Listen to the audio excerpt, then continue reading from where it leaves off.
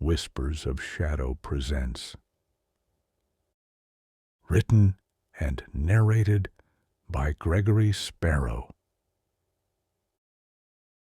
The CCTV camera that recorded tomorrow.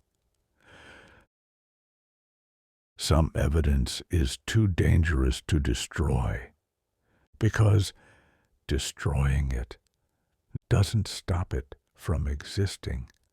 It only changes who finds it next. The recording you're about to hear was never released to the public. Not because it revealed a murder, not because it exposed a government secret, but because every person who watched the entire recording appeared inside it. Usually, exactly 24 hours later. Police initially believed it was an elaborate hoax. Then they noticed something impossible. The timestamps never changed, no matter when the footage was examined. The camera always displayed tomorrow's date. Not next week, not next month. Tomorrow. Always tomorrow. The first technician who tried correcting the internal clock resigned 3 days later. The second disappeared. The third refused to speak about what he had seen. His final written report consisted of only one sentence. The camera isn't predicting the future.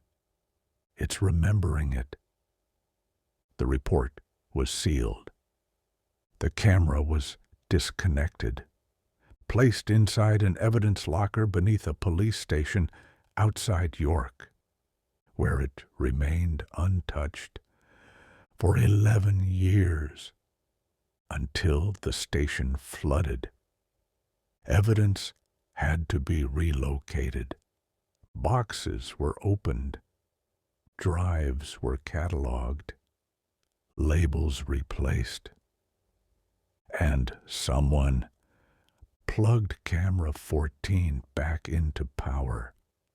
No one knows who did it. There is no record, no access log, no maintenance request, only one undeniable fact. At exactly 3:17 in the morning, camera 14 started recording again, even though it wasn't connected to any surveillance system. It had no internet, no network cable, no active monitor. Yet, it continued producing footage. One new file. Every midnight, each file dated exactly 1 day ahead. The first people to notice believed the timestamps were corrupted. Until they watched the first recording, it showed an empty evidence room. Nothing unusual. Metal shelves, plastic storage boxes, emergency lights, silence. Then, 23 minutes into the recording, someone entered. A detective, carrying coffee. He placed a folder on shelf B, looked directly into the camera, then froze. He slowly stepped closer, until his face filled the screen. His lips moved. Although the security system recorded no audio, every investigator later agreed on the same words. Don't watch tomorrow. At precisely 3:40 that afternoon, the detective walked into the real evidence room, exactly as shown.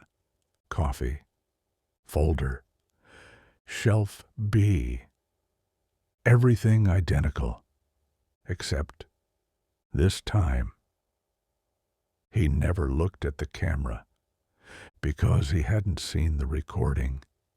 Yet, the footage had already known. My name is Daniel Mercer. In 2024, I worked as a digital forensic investigator for North Yorkshire Police. Most of my work involved recovering damaged CCTV files, shoplifting, traffic collisions, missing persons. Nothing extraordinary, at least not until evidence case C14 landed on my desk. The file description was almost blank. Device, camera 14, status, offline, not for duplication, no explanation, no chain of evidence. Only one instruction handwritten across the folder. View locally only. I assumed someone had become paranoid about data security.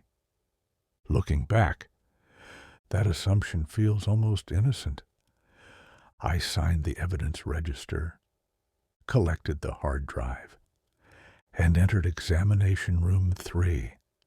The room had no windows.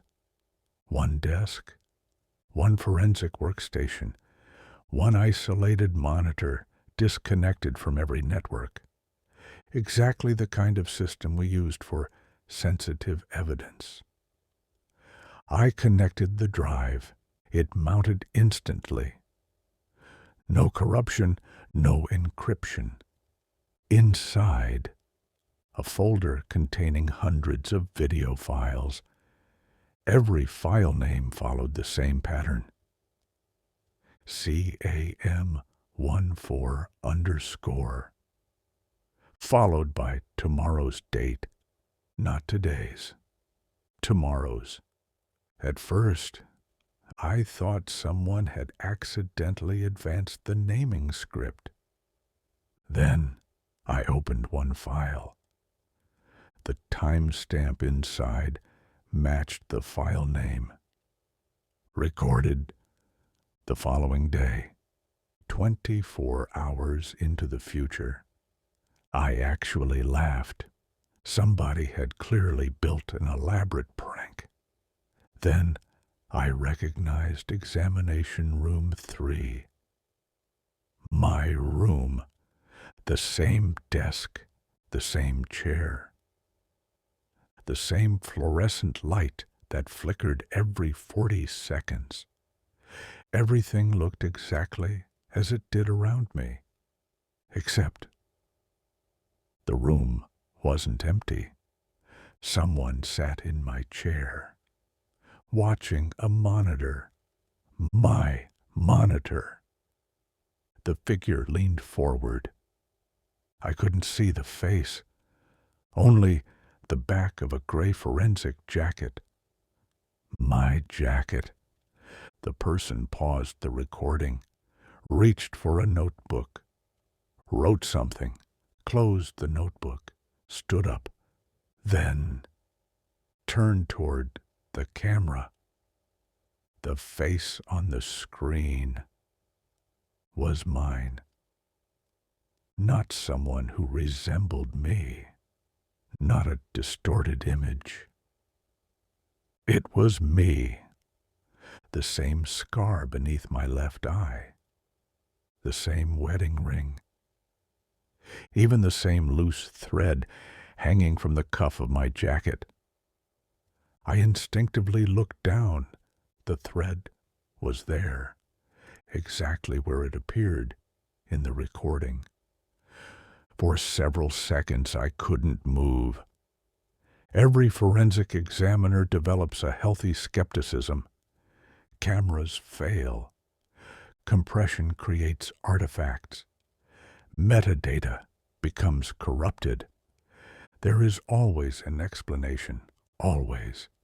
So I searched for one. The recording had been encoded using an obsolete surveillance format manufactured nearly 15 years earlier. Nothing unusual. The hash value matched the evidence log. No signs of editing, no missing frames, no inserted sequences, no compression anomalies, frame by frame. It appeared completely authentic. I leaned closer to the monitor. Future me looked directly into the camera, then slowly picked up the notebook. He opened it to a blank page and wrote 3 words. The camera couldn't capture the writing clearly. The angle was wrong. Only the movement of the pen. Then he looked toward the room's entrance. Someone knocked. 3 slow knocks. Future me didn't answer. The handle turned anyway. The door opened. Nobody entered. The doorway remained empty. But future me reacted as though someone had walked inside. His eyes followed an invisible figure across the room. He stepped backward. Once. Twice. Then suddenly reached beneath the desk. The recording ended. No explanation. No continuation. Just black. I checked the duration. 29 minutes. Exactly. No missing data. No damaged sectors. The file simply stopped. I removed the drive, reconnected it, opened another recording, the next day's file. Again, dated tomorrow, except tomorrow had changed. Now, it displayed the day after. I frowned. That wasn't possible. The folder itself had changed. The newest recording was always tomorrow. Never further, never closer. Always exactly 1 day ahead. As though time inside the drive moved every midnight. I exported screenshots. Every attempt failed. Read error. I copied the video. The copied file became corrupted instantly. I photographed the monitor with my phone. The image appeared completely black. No camera could capture what the monitor displayed. Only direct observation worked. I wrote that in my notebook. Observation 1. Recording cannot be duplicated. I wasn't the first person to notice. Tucked beneath the drive was another notebook. Old, leather-bound, its pages yellow with age. Inside were handwritten notes from previous investigators. No names. Only dates. The earliest entry. Day 1. Camera displays tomorrow. Verified twice. Probably software malfunction. Day 3. Predictions accurate to the minute. Do not interfere. Day 7. It reacts when watched. The handwriting changed after that. Shakier. Uneven. Almost desperate. Do not watch consecutive days. Another page. Only 1 sentence. It learns who is observing. Then the notebook stopped. Half the remaining pages had been torn out. I searched the evidence database for the author. Nothing. No record of the notebook existing. No investigator assigned, as if someone had erased every reference. At lunchtime, I carried the folder upstairs. Detective Inspector Helen Brooks intercepted me before I reached the archive. "I heard you've started on camera 14. I nodded. "You've seen tomorrow?" I smiled awkwardly. Somebody has a strange sense of humor. She didn't smile back. Instead, she asked, "What did you see yourself doing?" That question froze me. Not, "What did you watch?" Not, "Did it work?" She already knew. "You've seen it before." Her expression hardened. "I've seen enough." She led me into a conference room and locked the door. No windows, white walls, a single old projector. "I've spent 8 years trying to convince myself that drive isn't real," she said. "It never works." "What never works?" "Destroying it." She opened a cabinet. Inside sat 3 damaged hard drives, a melted SSD, fragments of a smashed surveillance recorder, a charred motherboard sealed inside an evidence bag. "We burned one," she pointed. "We crushed another under a hydraulic press." Another finger. "The third disappeared from a locked vault." I looked at the cabinet.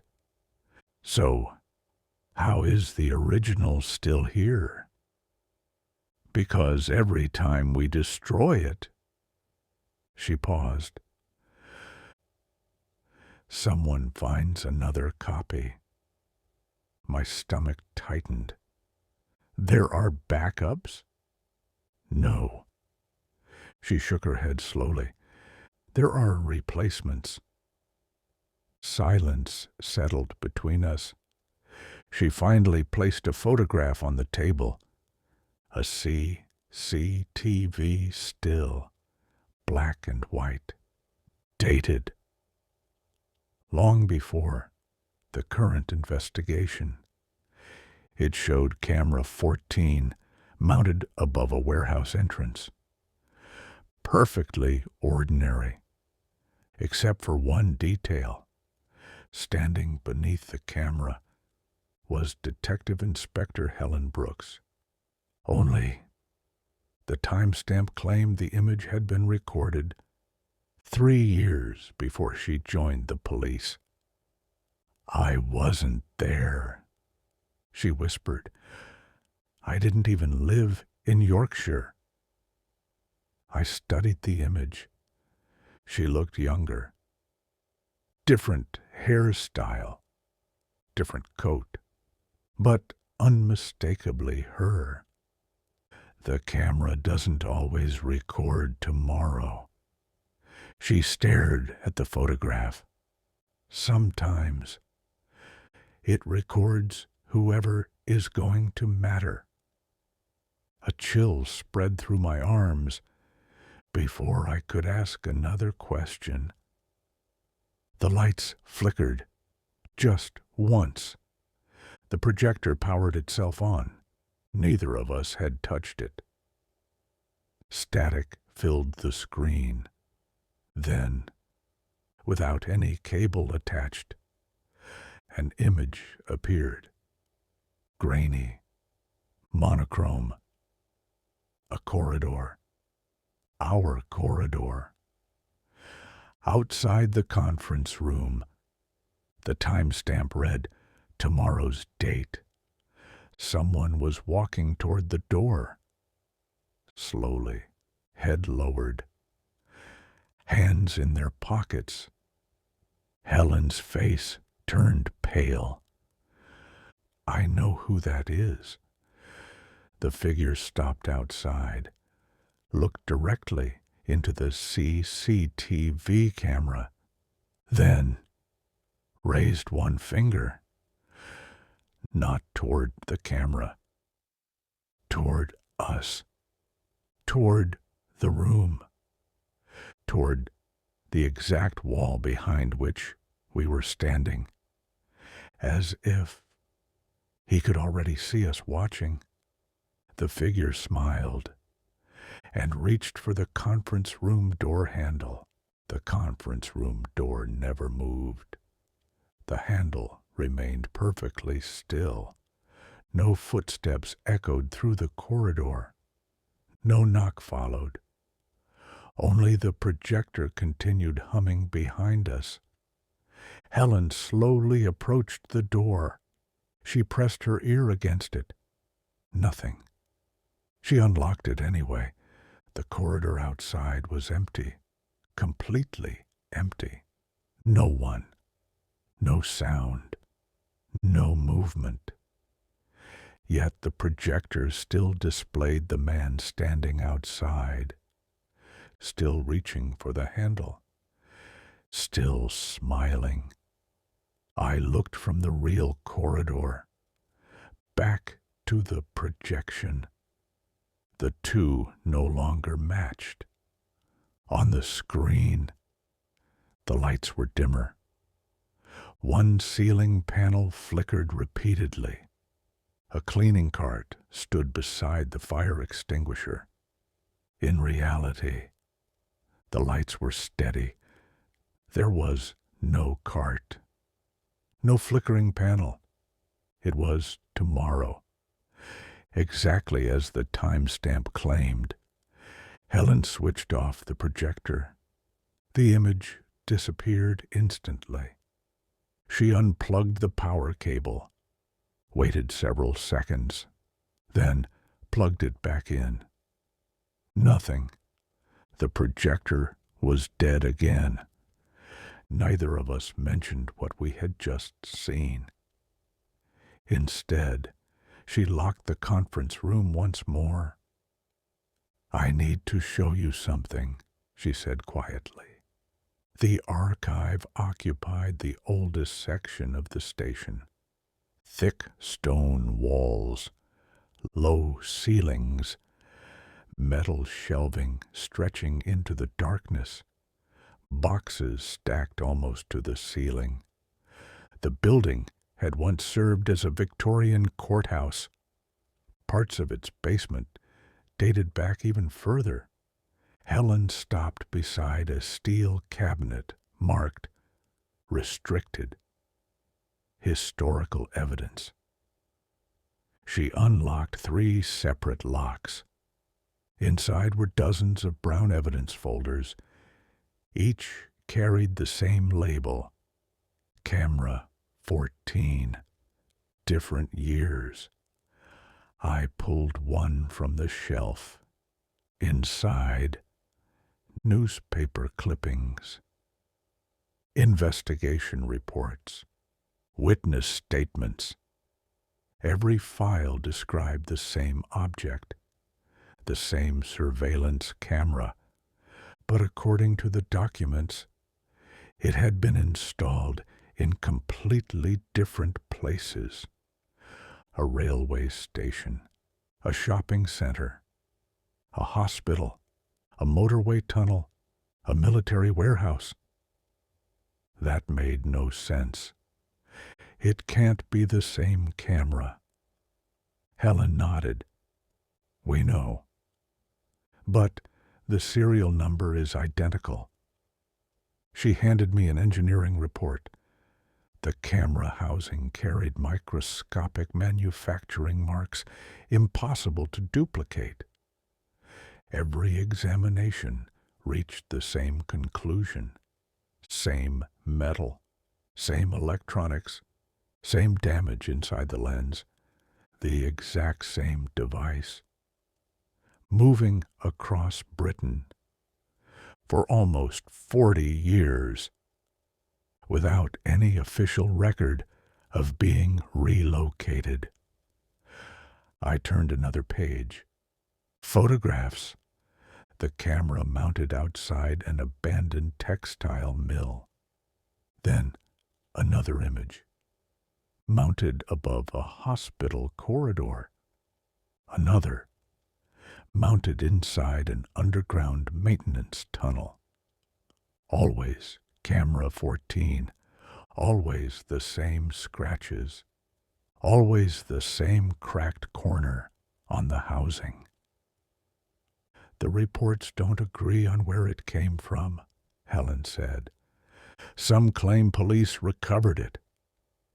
Others say it simply, she hesitated, appeared. One report caught my attention. North Yorkshire. Incident summary. Officer entered restricted storage after reviewing future footage. Never returned. No body recovered. Only his notebook. I opened the attached scan.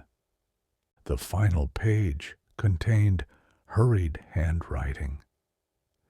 The ink streaked across the paper, almost unreadable. Eventually, I made out the words. It isn't showing the future. It's showing another recording. Somebody is already there. I looked up. What does that mean? Helen answered immediately. I don't know. And that's the problem. Back upstairs, I couldn't stop thinking about that sentence. Somebody is already there. Not will be there already, as though tomorrow already existed somewhere, waiting. I returned to examination room 3. The hard drive remained connected, exactly where I had left it. A new notification appeared on the workstation. One new file detected. That was impossible. It wasn't midnight. I checked the system clock. 15:42. The drive should not have generated another recording. Yet, there it was. CAM14_. Tomorrow's date. Created less than 30 seconds earlier. I hesitated before opening it. The image appeared immediately. Same room, same camera angle. But now, someone else occupied my chair. A woman, dark jacket, shoulder-length hair. Helen. She leaned over the keyboard, searching through folders. Then suddenly, she froze, exactly as I had. Her eyes slowly lifted toward the CCTV camera. She whispered something. The surveillance system carried no audio, but I could read her lips. He's behind you. Every muscle in my body locked. I didn't turn around. Not immediately. Instead, I stared at the monitor. Future Helen continued looking directly past the camera, past where I was sitting, at something standing behind me. Very slowly, she backed away without taking her eyes off it. Her hand reached toward the emergency alarm. The screen filled with digital interference. Horizontal lines tore across the image. The picture stabilized again. The chair behind her was overturned. She was gone. The room stood empty, except for a shadow, tall, human-shaped, standing exactly where I was sitting now. Its outline shimmered like damaged videotape. Not solid, not transparent, something between both. It faced the camera without moving. The recording ended. My breathing had become painfully slow. I finally turned around. The room behind me was empty. Desk, shelves, evidence cabinet, nothing else. I laughed nervously, just once, the kind of laugh people make when they're trying to convince themselves they're still rational. Then I noticed something. The chair behind me was no longer where I remembered leaving it. It had moved. Only a few centimeters, but enough. Enough that its legs no longer aligned with the marks worn into the floor. Someone, or something, had touched it while I was watching tomorrow. I examined the workstation logs. No one had entered. The electronic lock showed only my access card. No motion alerts. No door opening. No system error. Everything insisted I had been alone. Yet one new event appeared in the activity log. No timestamp. No user ID. Just 5 words: observer acknowledged. Recording updated. I stared at the screen. There was no software capable of generating a message like that. Not on an isolated forensic workstation. I unplugged the hard drive immediately. The message remained. The drive was no longer connected. Still, the workstation displayed, synchronizing with tomorrow. The progress bar slowly advanced. 1%, 2, 3. No network cable, no wireless adapter, no external device, nothing. And yet, something was communicating with the computer.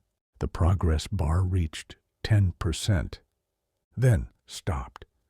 The message vanished, as if nothing had happened. I checked every system process. Nothing unusual. No hidden applications, no malware, no remote connection. According to the workstation, those words had never appeared. Only I had seen them. I disconnected the monitor, shut the computer down, removed the power cable from the wall. The room fell silent. For several seconds, everything remained still. Then, from somewhere inside the disconnected workstation, came a single mechanical click, like an old relay switching. Once. Then silence again. That evening, I took the notebook home, not the evidence drive, only the handwritten journal left by the unknown investigator. Officially, I wasn't supposed to. Officially, I told myself I simply wanted to compare handwriting. The truth was different. I wanted to know how someone could spend days studying camera 14 without completely losing their mind. At home, I placed the notebook on the kitchen table. My wife, Emily, looked up from her book. "You've brought work home again." "Just paperwork." She smiled. "You look exhausted." "I've had a strange day." She reached for the notebook, almost absent-mindedly. Before her fingers touched the cover, I grabbed it. Harder than I intended, she stared at me. What was that about? I immediately let go. I'm sorry. I can't explain. She nodded slowly. For the rest of dinner, neither of us spoke very much. Around midnight, I opened the notebook again. There was something I had overlooked. The page numbers. They weren't consecutive. Someone had carefully removed every 8th page, not randomly, methodically. I counted again. 8, 16, 24, 32. Every 8th page was missing. I turned to the back cover, pressed gently against the cardboard. Something felt thicker. I peeled back the lining. A folded sheet of paper had been hidden inside. Yellowed. Fragile. Written in different handwriting than the rest. The ink had faded almost brown. Across the top. One line. If you found this, you've already watched too much. Below it, a list. Not names. Dates. Every date exactly 24 hours apart. Beside each, a location. Hospital, police station, warehouse, tunnel, shopping center, abbey, substation, underground platform. The final entry had no location, only tomorrow's date, and beneath it, one sentence. The next observer completes the sequence. My phone vibrated. Unknown number. No caller ID. I answered. Silence. Then, a man's voice. Calm. Almost emotionless. You opened the hidden page. Every hair on my arms stood up. Who is this? You've accelerated it. What? You weren't supposed to find that until Friday. The line went dead. I immediately checked the call history. No incoming call. Nothing. As though the conversation had never happened. I barely slept. Every time I closed my eyes, I imagined that shadow standing behind my chair, watching, waiting. At 6:12, my mobile rang again. This time, it was Helen. You need to come in. Why? We've got another file. It arrived early. When I reached the station, half the building had already been sealed. Uniformed officers stood outside. Examination room 3. Crime scene tape blocked the corridor. Helen met me before I reached the door. You were right. I never said anything. You were going to. She looked genuinely shaken. The room changed. Inside, nothing appeared damaged. Desk, computer, chair, everything exactly where it should be, except the CCTV camera angle. It had moved by itself. The lens now pointed directly at the examiner's chair. Yesterday, it had overlooked the room from the corner. Every photograph taken over the past 11 years confirmed that angle. Now, the mounting bracket had twisted almost 30 degrees. The screws hadn't been loosened. The metal hadn't bent. It simply faced the chair, as if it had always been there. One technician insisted we were remembering incorrectly, until Helen showed him yesterday's photographs. His face drained of color. He resigned before lunchtime. The new recording waited on the hard drive. None of us wanted to watch it. Eventually, Helen and I entered the room together. 2 witnesses, 1 monitor, no interruptions. The file began. Same room, same chair, same angle, except the camera no longer occupied the corner. It occupied the examiner's position, as though whoever or whatever was recording sat in the chair itself.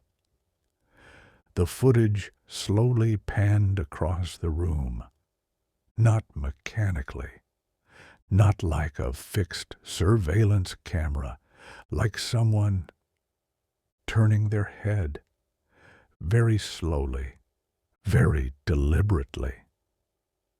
It stopped, facing the doorway. Someone entered. Me, exactly as I looked now. Same tie, same jacket, same notebook under my arm. I watched myself hesitate, then step inside. Future me looked straight toward the lens, straight toward whoever occupied the chair, and spoke.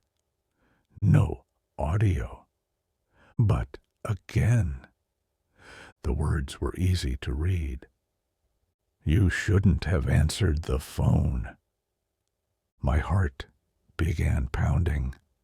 Future me stepped closer, closer, until only my face filled the image. Then my eyes shifted, not toward the lens, past it, looking directly at whoever was sitting in the chair, whoever was holding the camera.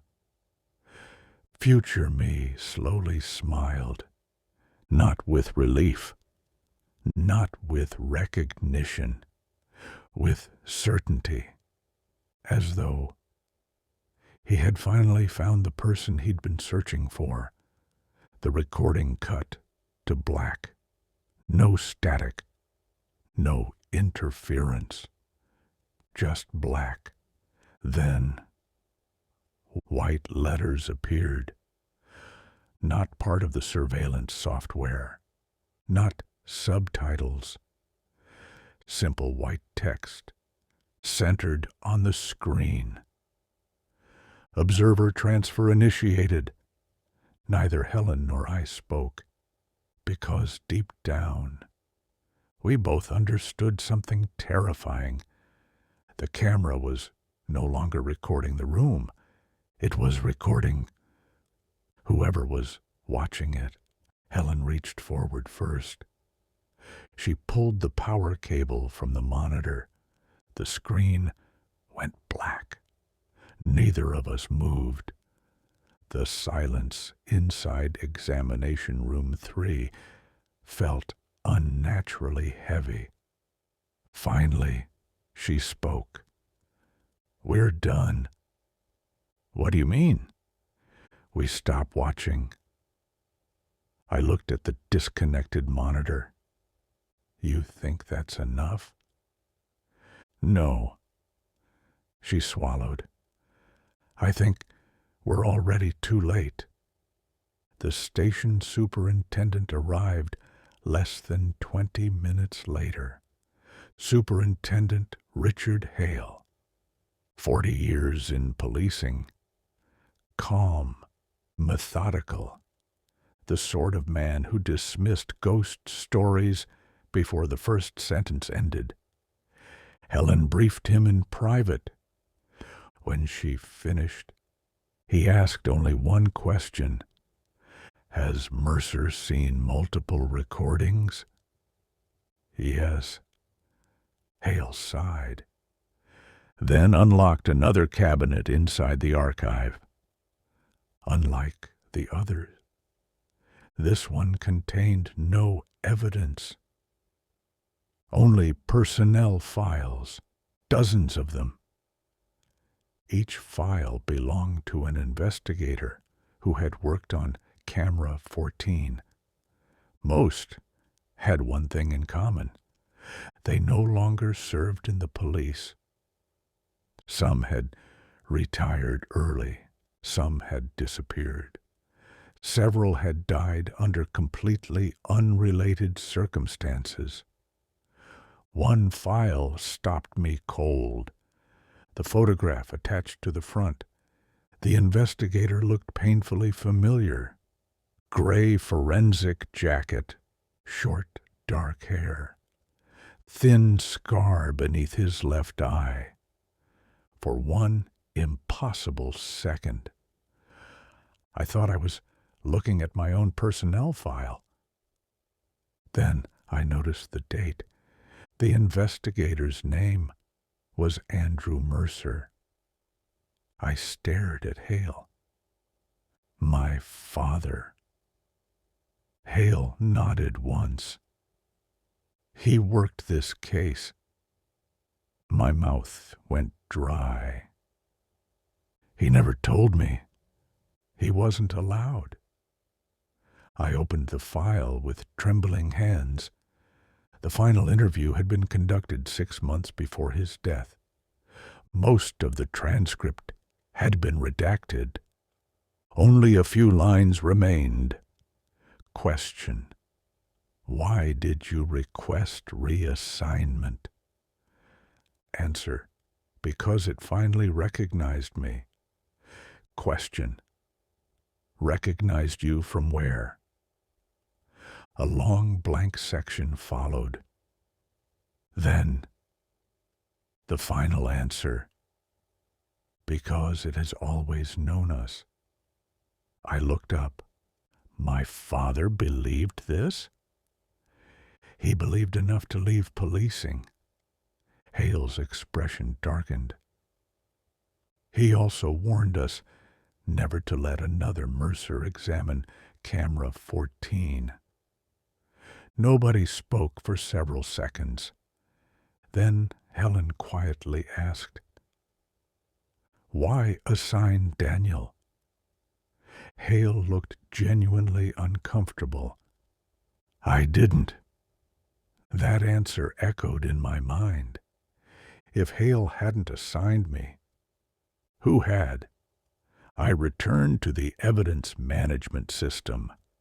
Every case assignment left a digital trail. Supervisor approvals, electronic signatures, audit logs. Except KC-14. The assignment existed. My name was there. The approval was there. But the supervisor's identity field was blank. No user ID. No signature. No timestamp. Just one impossible line. Assigned automatically. I exported the system logs. Every other case on the server appeared normally. Only Camera 14 generated errors, corrupted fields, missing timestamps, unknown administrator. Then I noticed something stranger. The assignment date, tomorrow. According to the database, I had not yet been assigned the investigation, and yet I had already spent 2 days working on it. Helen saw my face. "What is it?" I turned the monitor toward her. She read the screen twice, then quietly whispered, "It's rewriting the records." Before either of us could react, every light in the archive went out. Complete darkness. Emergency lighting should have activated immediately. It didn't. For nearly 5 seconds, the station was completely black. Then, a low mechanical hum echoed through the basement. Not from the electrical system. From somewhere deeper. Metal turning against metal. Slowly, rhythmically. Almost like an old surveillance camera rotating. The emergency lights finally flickered on. Red, not white. Deep emergency red. The archive looked completely different. Long shadows stretched between the shelves. Every cabinet cast impossible angles. Helen pointed toward the far end of the room. There, someone stood between the shelving, perfectly still, gray forensic jacket, head lowered. I took one cautious step. The figure did not move. Another step. Still nothing.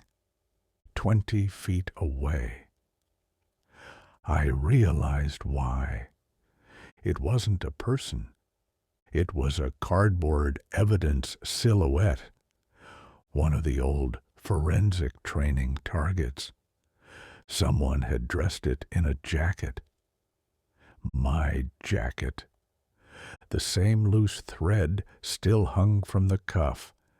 Helen frowned. That wasn't here. I know. We approached together. Pinned to the chest with an evidence tag was a folded sheet of paper, no fingerprints. Fresh ink.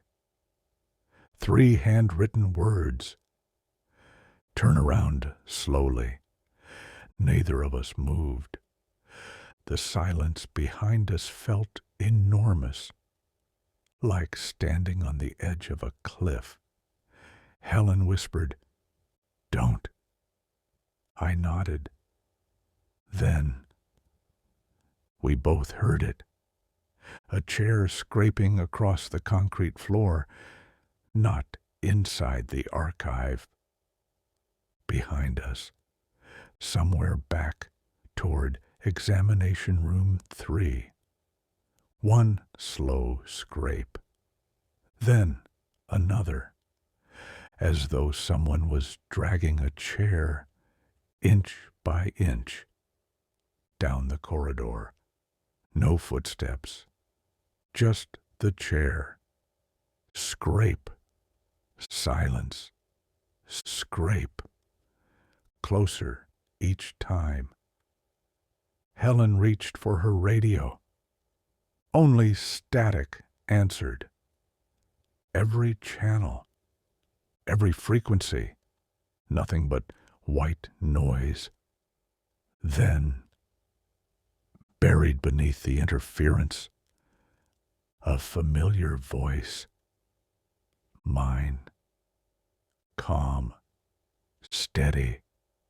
Don't turn around. The transmission crackled.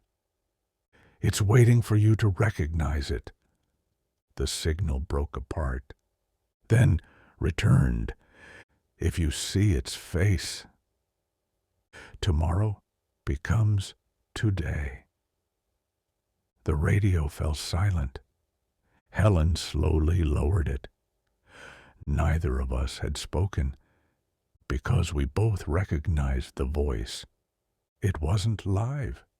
It was older, more tired, as though whoever had spoken those words had been trying to warn us for a very long time.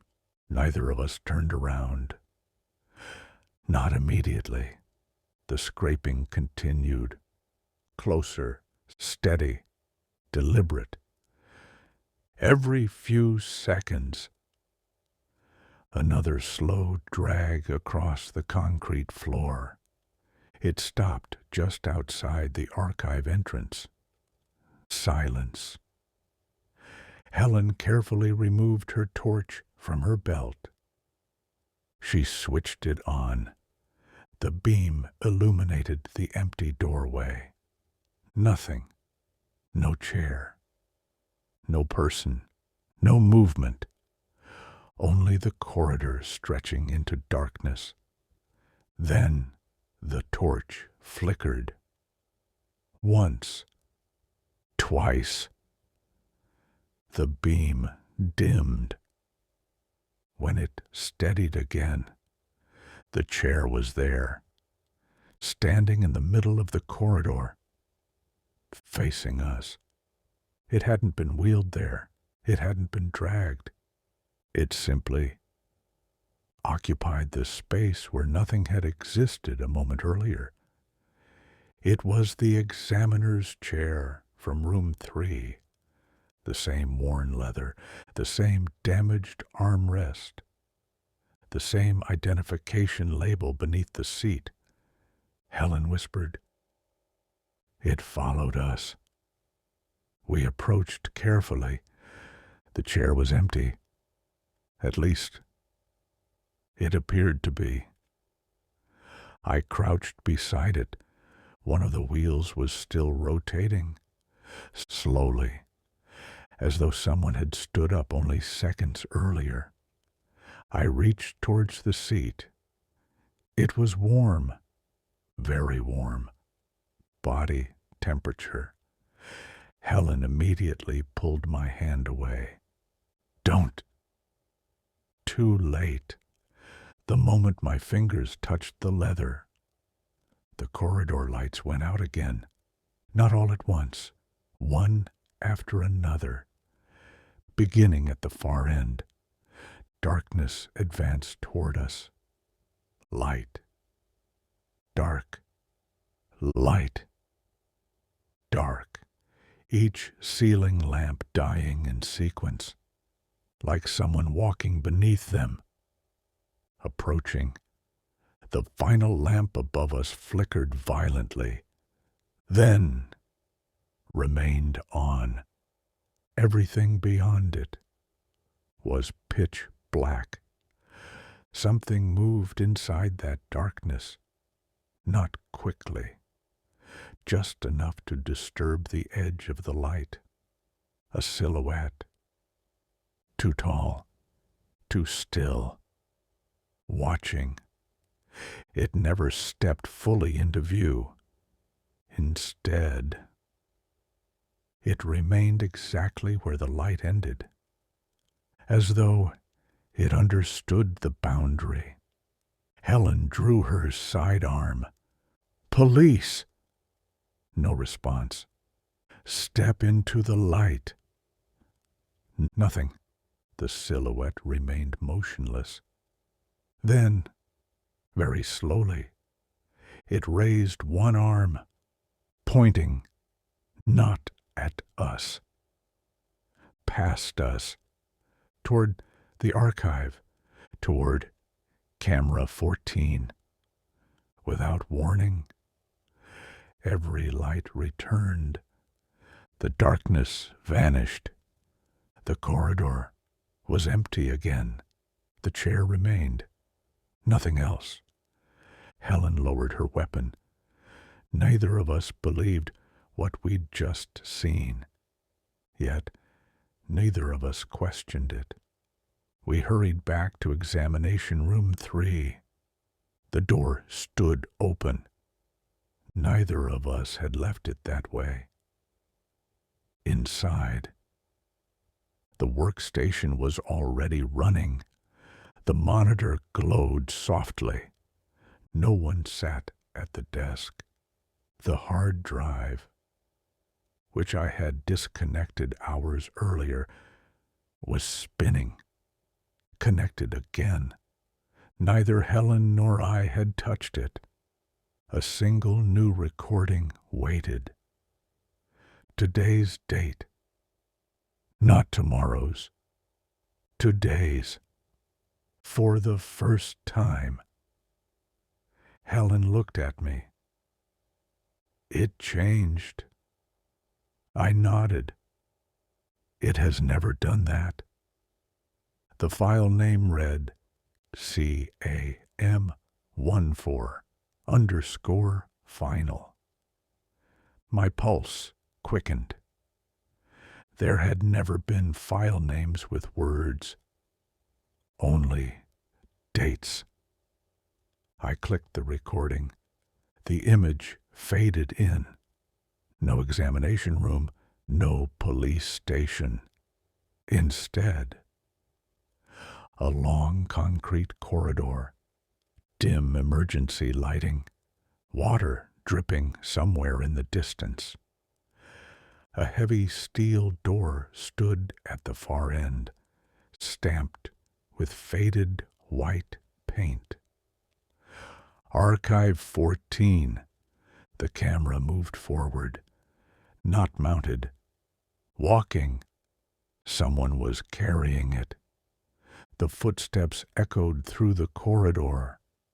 Slow, measured. The steel door slowly opened. Beyond it, thousands of shelves, not evidence. Videotapes, hard drives, film reels, memory cards.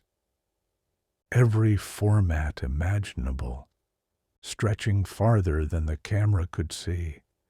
Each shelf labeled with dates, not years. Tomorrow, tomorrow, tomorrow. At every shelf, every box. Tomorrow. The camera continued walking. Eventually, it stopped before a single chair. The same chair. The examiner's chair. Someone sat in it. Facing away. Gray forensic jacket. Hands resting calmly on the armrests. The figure slowly stood, turned. It was me. Older, much older, gray hair, deep lines across my face. The scar beneath my eye remained. He looked exhausted, as though he hadn't slept for years. He stared directly into the camera, into me. This time, there was audio, distorted, crackling, but unmistakably, my voice. I finally understand. Static. We were wrong. More interference. It never recorded tomorrow. He looked over his shoulder toward the endless archive, then back at the camera. It records. He hesitated, almost afraid to finish the sentence. Everyone, after they arrive. The picture distorted violently. My older self shouted something else. Most of it vanished beneath static. Only 5 words remained perfectly clear.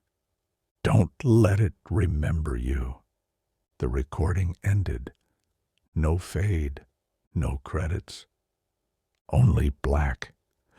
Neither Helen nor I spoke. Because for the first time, the impossible finally made sense. The camera had never predicted events. It had been documenting people who eventually reached Archive 14, a place that, according to every map of the police station, did not exist. At that exact moment, the workstation displayed another message, not typed, not generated. It simply appeared. Location confirmed. Then beneath it, coordinates, deep below the oldest section of the station, directly underneath the archive where we were standing. Helen slowly looked toward me. There isn't another basement. I looked at the coordinates again. According to the building plans, there couldn't be. And yet, something beneath us had just answered the camera. 5. Helen printed the coordinates. Neither of us informed anyone else. Not because we wanted to keep the discovery secret, but because we already knew what would happen. Someone would dismiss it. Someone would confiscate the drive. Someone would order the investigation closed. And tomorrow, Camera 14 would simply begin recording again. So, we went alone. The oldest staircase in the station ended beneath the Victorian archive. According to the architectural plans, there should have been nothing beyond the final brick wall. Instead, we found a narrow iron door, no handle, no lock, only a faded metal plaque. Its lettering had almost disappeared. Still, one number remained perfectly readable. 14. Helen pushed. The door opened silently, as though someone had been expecting us. Beyond it, a spiral staircase descended into darkness. The air grew colder with every step, not damp, not stale, cold, like entering a room that had been sealed for centuries. After several minutes, the stairs ended. We stood inside a vast underground chamber. Concrete, steel, rows upon rows of shelves, exactly as the recording had shown. Thousands of storage boxes, thousands of tapes, thousands of hard drives, every one carefully labeled. Every label carried a name, not case numbers, people, police officers, doctors, teachers, children, journalists, names from every decade, some born long before CCTV technology had even existed. I picked up one evidence box at random. The label read, Daniel Mercer, tomorrow's date. The box felt heavy. Inside lay a hard drive, a leather notebook, my wedding ring, the watch I was wearing, and a folded retirement letter, dated 27 years in the future. I hadn't written it, yet every signature matched mine perfectly. Helen opened another box, her own name. Inside, her badge, reading glasses she didn't own, a newspaper clipping announcing her funeral. She quietly closed the lid. Neither of us spoke. There was nothing left to say. The archive had already catalogued lives. That had not yet finished. At the center of the chamber stood one final camera, Camera 14, mounted on a steel tripod. Its small red recording light blinked steadily, watching us, waiting.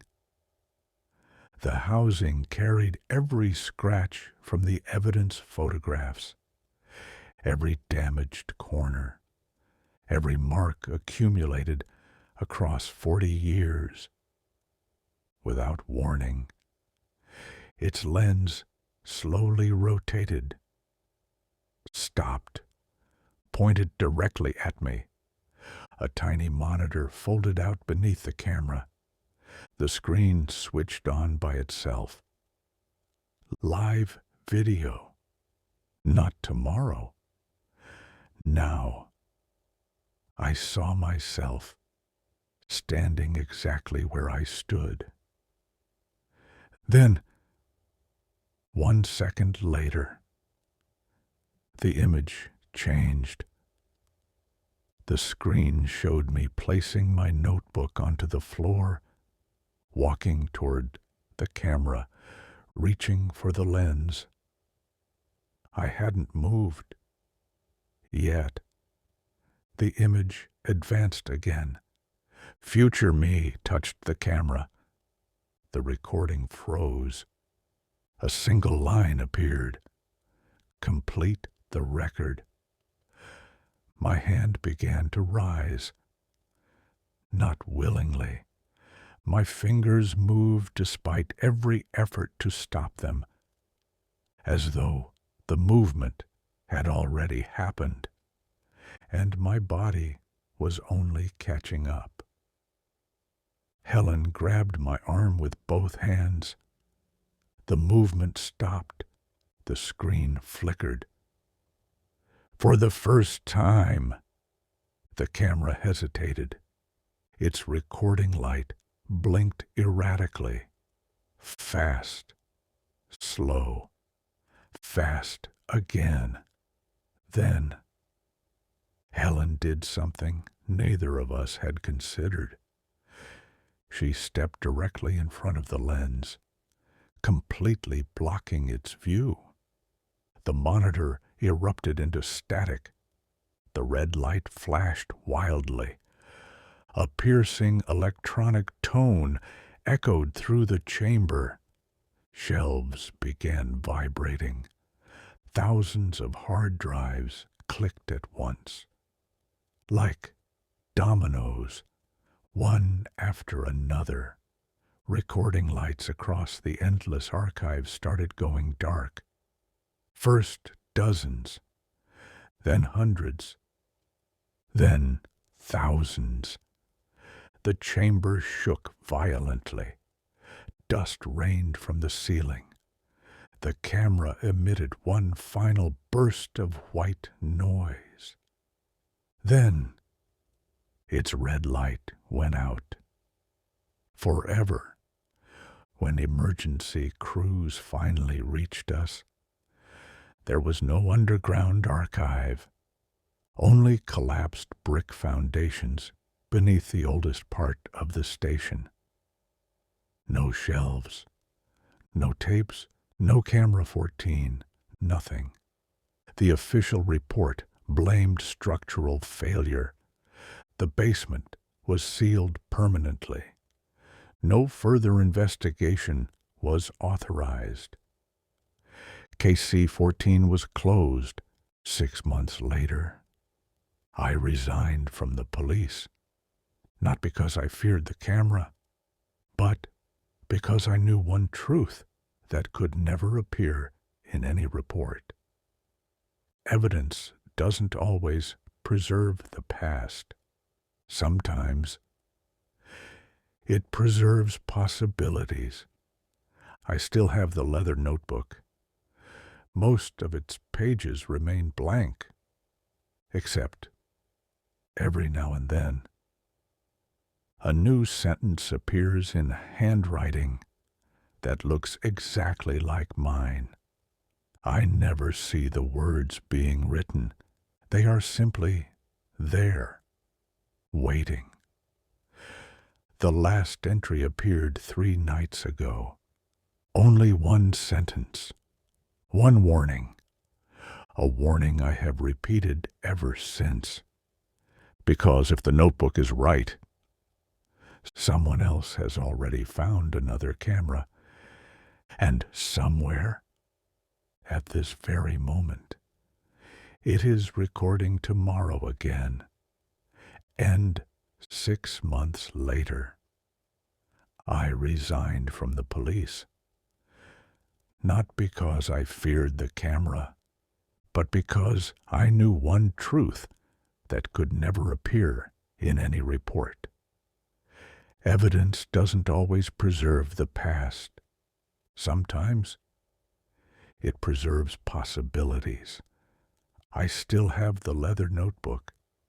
Most of its pages remain blank, except every now and then a new sentence appears in handwriting that looks exactly like mine. I never see the words being written. They are simply there, waiting. The last entry appeared 3 nights ago. Only one sentence, one warning, a warning I have repeated ever since. Because if the notebook is right, someone else has already found another camera, and somewhere, at this very moment, it is recording tomorrow again. End.